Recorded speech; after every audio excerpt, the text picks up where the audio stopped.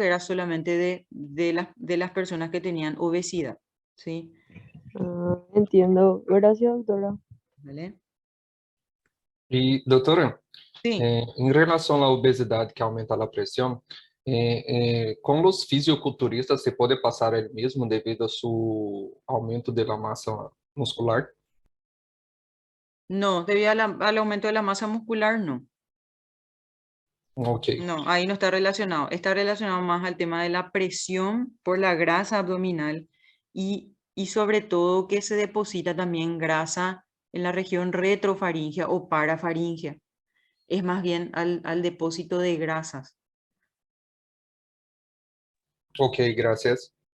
Entonces acá, vamos a decirle, la patogenia en sí es la disyuntiva que ocurre entre, o el desequilibrio que puede ocurrir entre las fuerzas que dilatan la faringe o dilatan la vía aérea superior y las fuerzas que ocluyen esa vía aérea superior.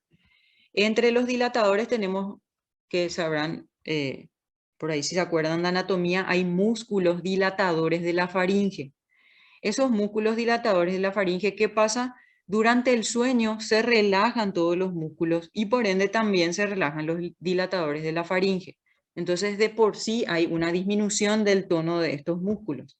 Si nosotros sumamos otra vez ciertas alteraciones anatómicas como una lengua, por ejemplo, larga y ancha, o alguna alteración a nivel de lo que es la mandíbula, como la retromicrognatia, una mandíbula pequeña y que está hacia atrás, ¿sí? O hipertrofia amigdalar o hipertrofia de úvula, o engrosamiento de la pared faríngea o depósito de la grasa faríngea que acá ya menciona. Entonces, si estas fuerzas oclusivas predominan, hay un colapso de la vía aérea y ahí empieza todo el circuito que desencadena finalmente el cese del flujo aéreo y vamos a decirle lo que es la patogenia de la apnea obstructiva del sueño. Acá en esta resonancia lo que se ve es un paciente, esto sería la vía aérea normal, ¿sí? En un paciente que no tiene ninguna alteración anatómica, vamos a decirle, ¿sí? La vía aérea normal está permeable y por ende por acá va a pasar el aire. Esto sería ya detrás de la lengua, sería la región retrofaringea ya, y acá ya sería pasando lo que sería la glotis ya para entrar en la tráquea. ¿Qué pasa en un paciente que tiene apnea, en un paciente apneico? Acá, por ejemplo, vemos que la mandíbula es más pequeña y está más hacia atrás en comparación con este sujeto.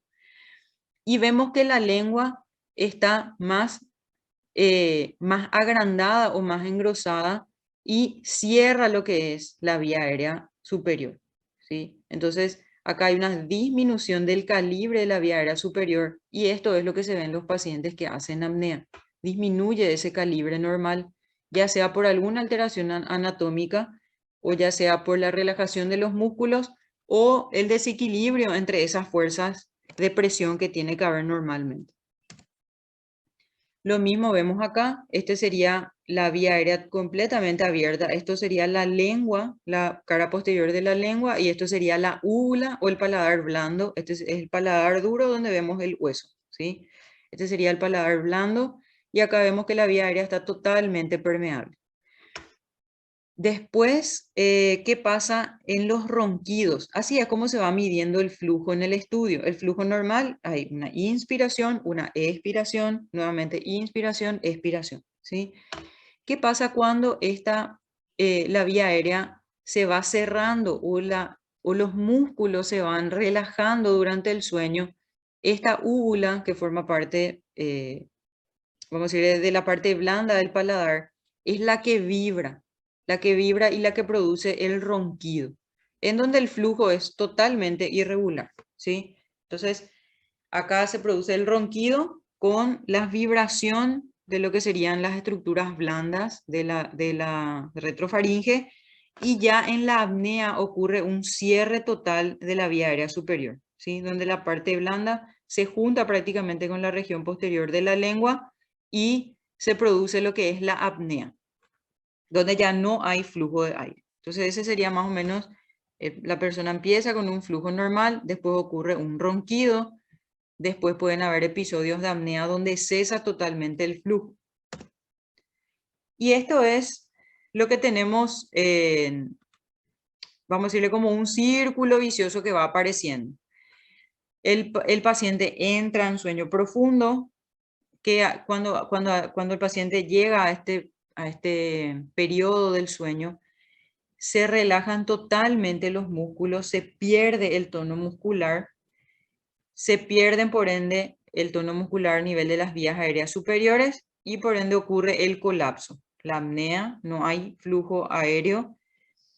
Eso se interpreta a nivel central como que la persona no está respirando y emite señales como para que la persona vuelva a respirar y ocurre un esfuerzo respiratorio que se traduce en movimientos tóraco-abdominales. Esto estaba presente sí o sí en las apneas obstructivas, el movimiento tóraco-abdominal. ¿Qué pasa cuando el cerebro envía la señal de que el paciente tiene que respirar y el paciente realiza movimientos tóraco-abdominales? El paciente se despierta. Hay micro despertares y a eso se le llama aurusal. Estos micro despertares hacen que se vuelva a recuperar otra vez el tono muscular. ¿Para qué? Para que el paciente vuelva a respirar, cesa la apnea, pero el paciente después se vuelve a dormir otra vez. ¿Sí? Entra otra vez en sueño profundo, se relaja otra vez totalmente, se relaja los músculos de la vía aérea superior, hace nuevamente un episodio de apnea, nuevamente se vuelve a despertar, vuelve a recuperar el tono muscular y así sucesivamente es lo que ocurre durante el sueño. Por eso el paciente tiene micro despertares y ese sueño profundo se ve fragmentado. El paciente no duerme, vamos a decirle, de continuado y se va despertando cada vez que el cerebro le envía una señal de que tiene que respirar. Por ende, el paciente no descansa durante la noche y aparece el síndrome cardinal, que era la somnolencia diurna. Lo que me había mencionado la compañera, lo que me había preguntado, en cuanto a lo que es la epidemiología, se vio que el 2 al 4% más o menos de la población adulta, de 2% al 4% de la población adulta de la población, sobre todo en países desarrollados, tienen el diagnóstico de SAOS. Predomina más en varones, predomina más en edad media, si bien siempre hay una predominancia en los obesos, pero antes se pensaba o solamente se le catalogaba a los pacientes obesos con esta enfermedad, se vio que hay cada vez más pacientes jóvenes y que con peso normal que tienen igual algún tipo de alteración a nivel de la vía aérea superior y pueden tener síndrome de apnea del sueño. En las mujeres posmenopáusicas, niños muy pequeños que tienen hipertrofia de amígdalas y adenoides. Entonces, esta sería la población de gente más o menos en los cuales es más prevalente. Pero igual tenemos que interrogar, vamos a ver la escala que vamos a usar y le vamos a interrogar nomás a todos los pacientes, ¿sí? Otro síntoma cardinal es el ronquido. Está presente generalmente ya, vamos a decirle, desde hace muchos años o ya es un síntoma crónico el ronquido. Y lo que se agrega a la consulta es, como les dije, la persona que duerme con el paciente se da cuenta que el paciente deja de respirar, o sea, hace episodios de apnea y ese es otro criterio.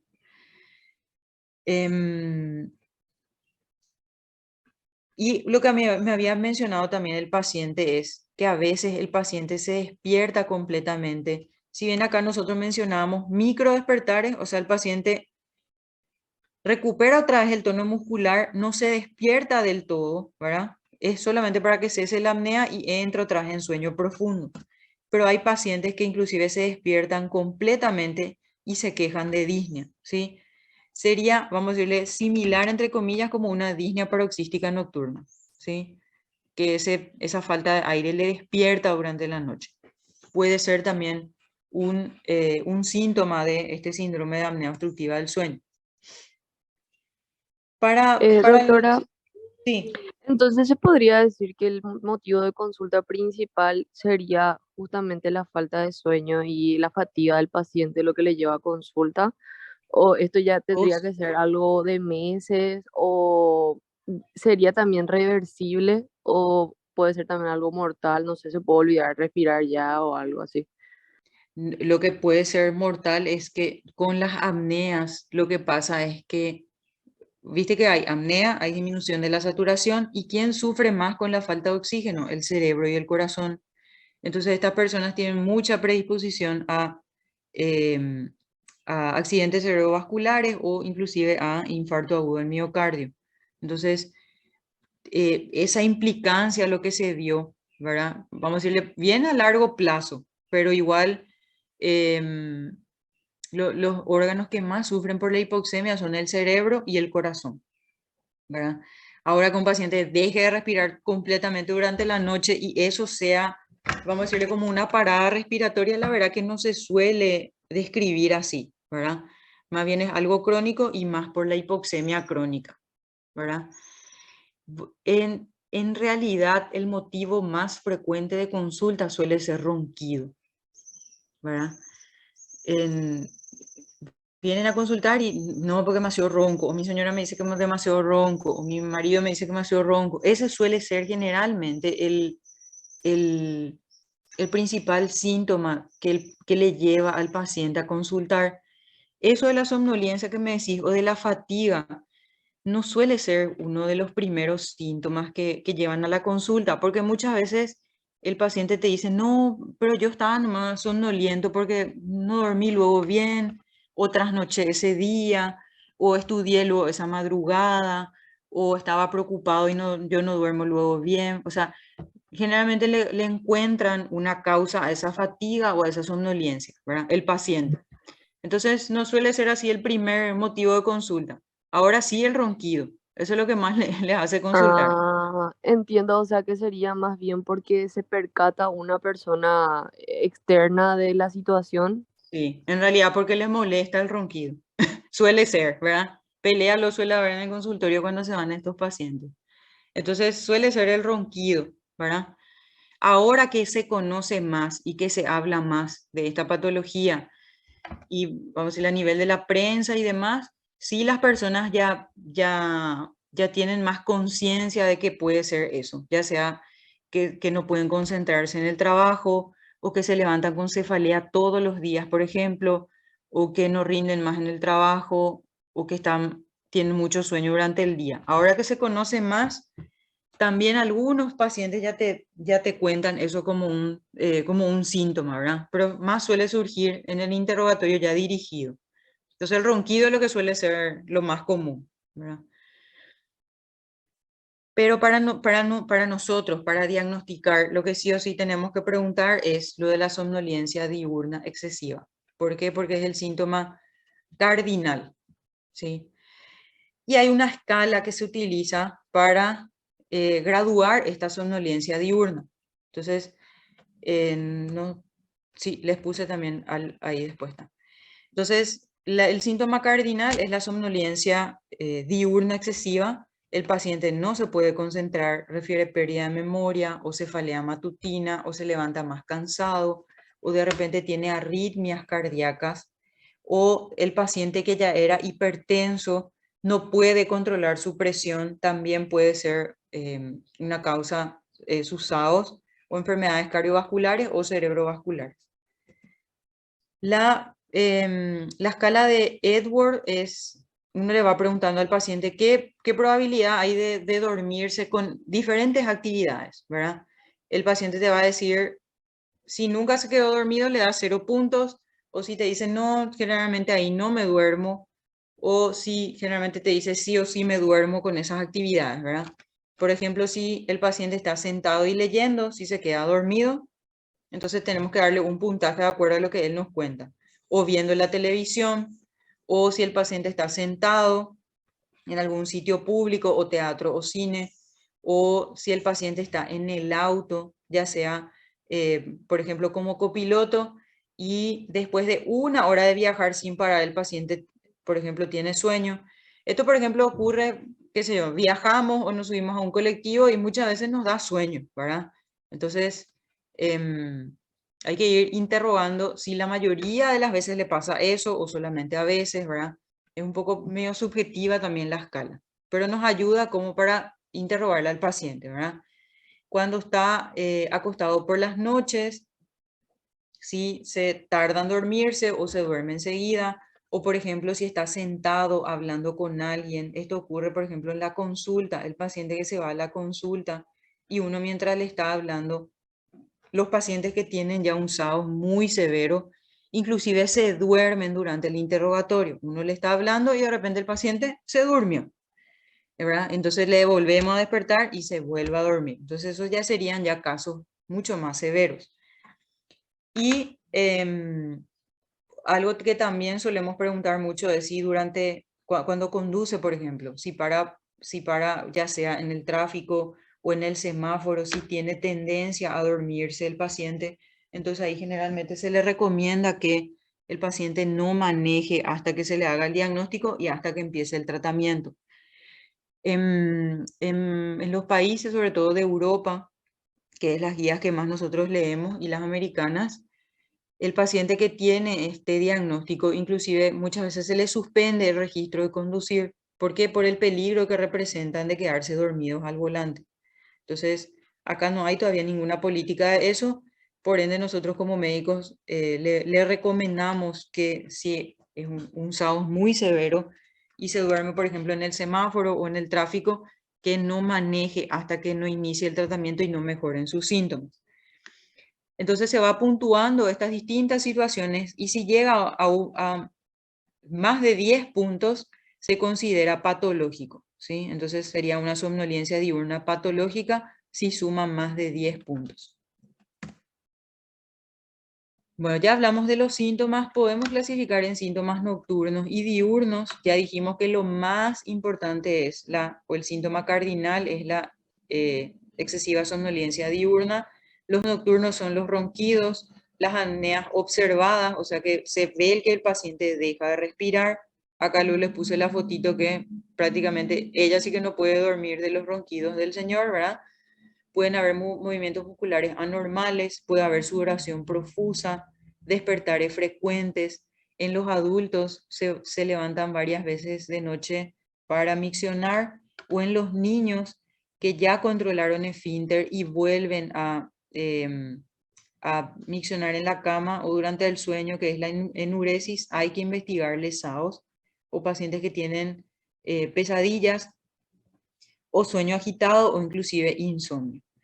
Y dentro de los síntomas diurnos, además de la excesiva somnolencia, cansancio crónico o fatiga crónica, cefalea, sobre todo que el paciente se levanta con cefalea, el paciente está irritable, puede haber también algunos signos de depresión, falta de concentración, pérdida de memoria y disminución de la libido. Entonces son algunos de los síntomas, tanto nocturnos como diurnos, que podemos relacionar al síndrome de apnea obstructiva del sueño. Los factores de riesgo son la edad, el sexo masculino, la edad más en adultos, ¿sí? El sexo masculino son más propensos a tener esta enfermedad, sexo masculino y la menopausia, o sea que se piensa que hay un factor hormonal, pero todavía está en estudio como para certificar bien. Entonces se le pone dentro de factores de riesgo. La obesidad, que el paciente ronque habitualmente, la circunferencia del cuello, esto también es importante y vamos a ver que está en la escala que vamos a usar para diagnosticar. Vamos a medir la circunferencia del cuello y las anormalidades que ya vimos: hipertrofia amigdalina, ula elongada, ingesta de alcohol, consumo de tabaco. Los hábitos tóxicos también pueden favorecer a que haya un incremento del riesgo de esta patología. Tenemos que diferenciar de otras patologías que causan hipersomnias, o sea, esa somnolencia diurna, esa excesiva somnolencia diurna, que serían, por ejemplo, mala higiene del sueño. Higiene del sueño sería, por ejemplo, tratar de acostarse siempre a la misma hora, acostarnos ya solamente cuando vamos a dormir. No es recomendable el uso de pantallas antes de dormir, por más de que probablemente todos hagamos eso, ¿verdad? Tener siempre un horario fijo, no que la última comida no sea muy copiosa y no acostarse tampoco muy pronto después de cenar. Algunas alteraciones psiquiátricas del estado de ánimo también pueden causar estas somnolencias diurnas. el alcoholismo o el paciente toma hipnóticos o utiliza drogas estimulantes. Entonces, hay varias causas que pueden explicar esa somnolencia diurna. Todo esto tenemos que interrogar. ¿Qué medicamentos consume? Si tiene hábitos tóxicos, etc. Acá hay más diagnósticos diferenciales. El embarazo también suele dar mucho sueño en los primeros tiempos. Entonces, también tendríamos que preguntar eso, ¿sí? Y diferentes tipos de alteraciones a nivel del sistema nervioso central. Son otras causas de hipersomnia que tenemos que descartar para diagnosticar certeramente el síndrome de apnea obstructiva del sueño. Y finalmente llegamos a una escala que se llama Stop-Vang, que por sus siglas nos va a ir diciendo qué es lo que tenemos que tener en cuenta para diagnosticar el síndrome de apnea obstructiva del sueño. Es bastante fácil de acordarse y ayuda bastante en el consultorio. Entonces, para que consideremos que el paciente tiene bajo riesgo de SAOS, tiene que tener menos de 3 puntos. Y para que consideremos que el paciente tiene alto riesgo de SAOS, es ya a partir de 3 puntos o más. Cada uno de los ítems nos da un punto, ¿sí? La S tenemos acá, el Stop Vang, ¿sí? La S es de snore, que es roncar. Si el paciente ronca ya nos da un punto. La T es de cansancio. La O es de apnea observada, si se observa que el paciente deja respirar durante la noche. La P es de presión arterial. Si el paciente tiene hipertensión, entonces eso suma también un punto. La B es de índice de masa corporal. Con un índice de masa corporal mayor a 35 ya se les da un punto también. La edad en mayores de 50 años. El cuello o la circunferencia del cuello que se mide a nivel del cartílago tiroides si es mayor a 40, eso también le da un punto, y que sea de género masculino le da otro punto. Entonces, si tiene 3 de estos criterios, ese paciente tiene un alto riesgo de desarrollar un síndrome de apnea obstructiva del sueño o de tener diagnosticado un síndrome de apnea obstructiva del sueño. ¿Cómo hago el diagnóstico?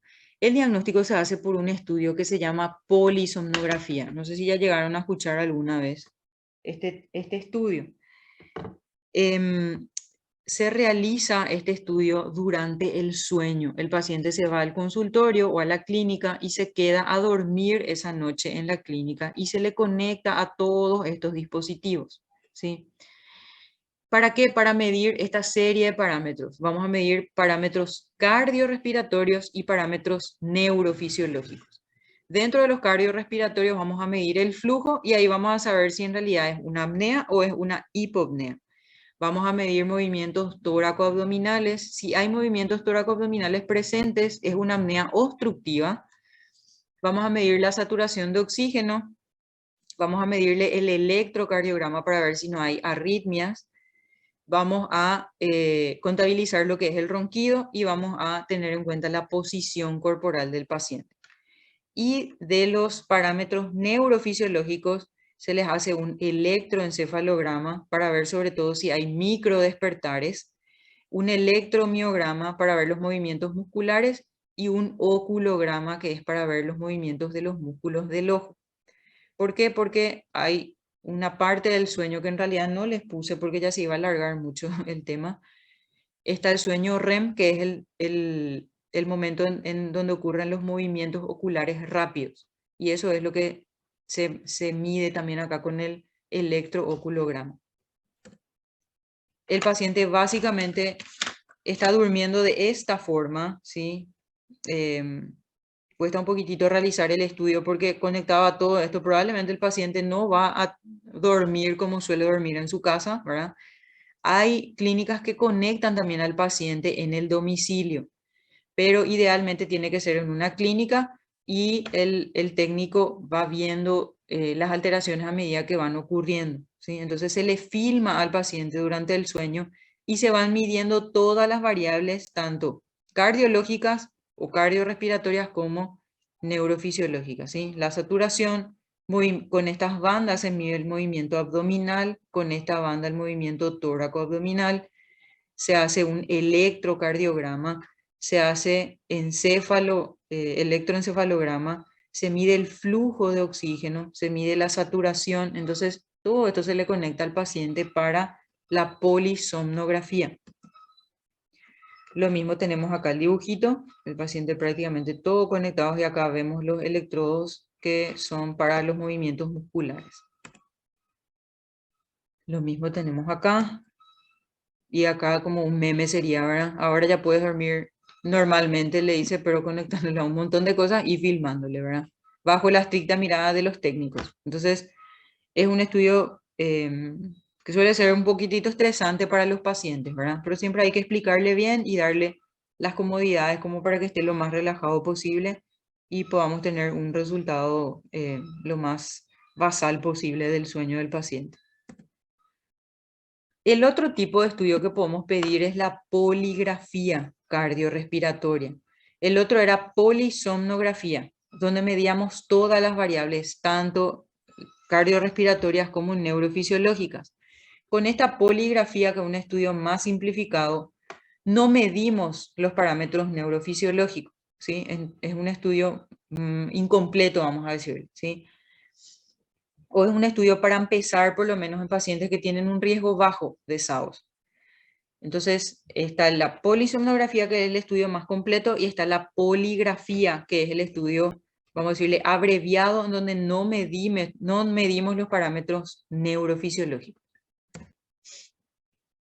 ¿Cuál es el tratamiento finalmente de este síndrome de apnea obstructiva del sueño? Si yo sospecho ya clínicamente que el paciente tiene esta patología, le hago la polisomnografía, en donde me va a decir el índice de apnea y hipopnea que tiene el paciente, me va a decir los microdespertares, me va a decir si desatura o no, o sea, me va a dar un montón de datos.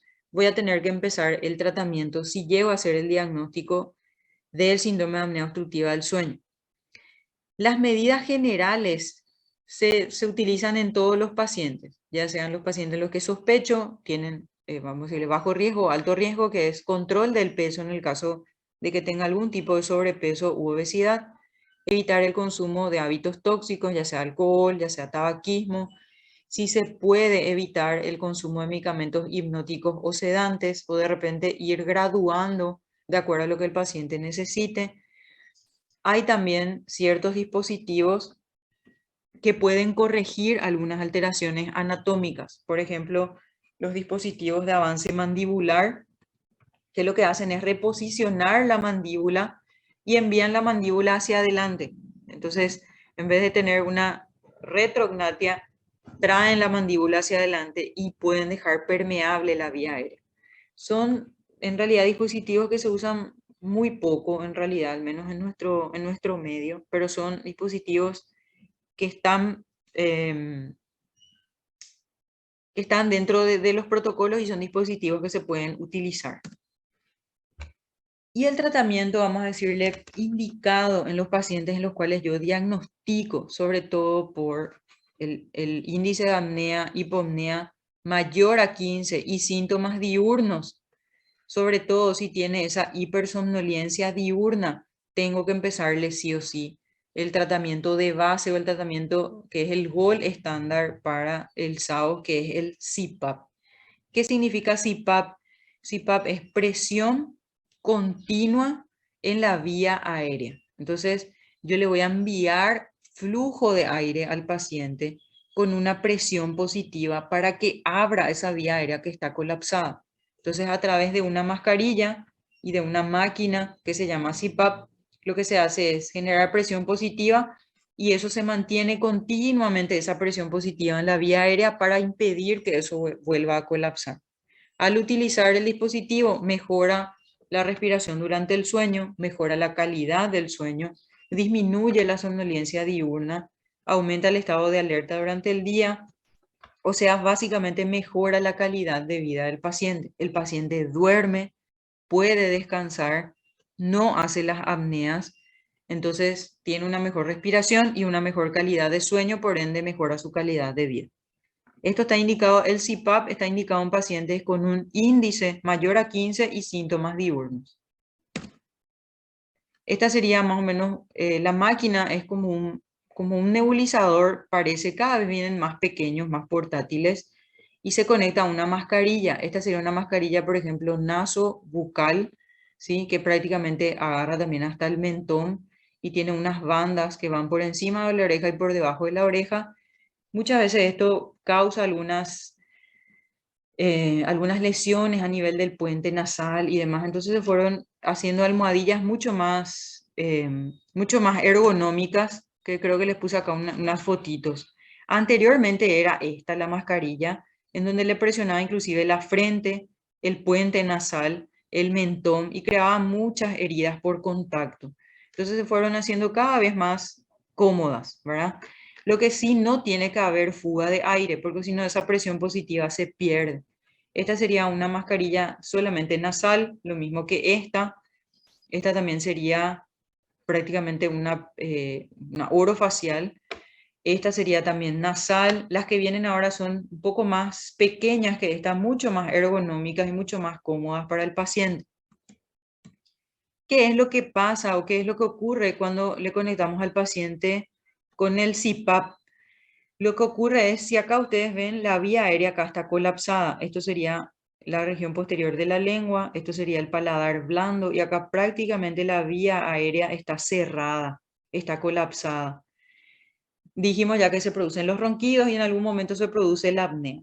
Al conectarla al CPAP, que era una presión continua, una presión positiva continua en la vía aérea, lo que hace es, esa presión positiva abre la vía aérea en donde está colapsada y puede pasar nuevamente el flujo de aire. Entonces el paciente ya no ronca, ya no tiene esos microdespertares, ya no baja la saturación, tiene una mejor calidad de sueño y por ende mejora su calidad de vida también.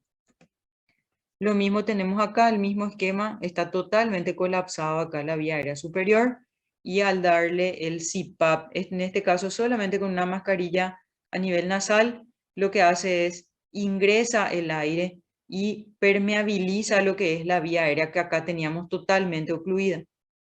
Entonces, mediante la presión positiva que enviamos con el CPAP, abre la vía aérea y permite el flujo de aire continuo.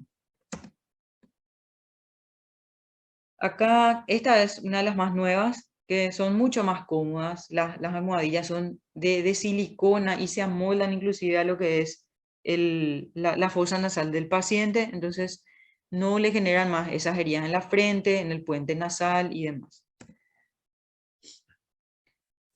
Y creo que este ya era el último. Después ya está el tratamiento quirúrgico en el caso que necesitemos. Acá nos compara dos tipos de dispositivos que podemos usar. El gold estándar en realidad es el CPAP. El CPAP dijimos que es presión positiva continua en la vía aérea, ¿sí? Y el BiPAP es una presión en binivel. Yo lo que voy a hacer es graduar la presión en la máquina. Voy a poner una presión para la inspiración y una presión para la expiración, ¿sí? Entonces voy a tener dos diferentes presiones en la inhalación y en la exhalación, ¿sí? En cambio acá en el CPAP, como una presión continua, voy a tener la misma presión en la inhalación y la misma presión en la exhalación, ¿sí? Esa es la diferencia entre lo que sería CPAP y BiPAP.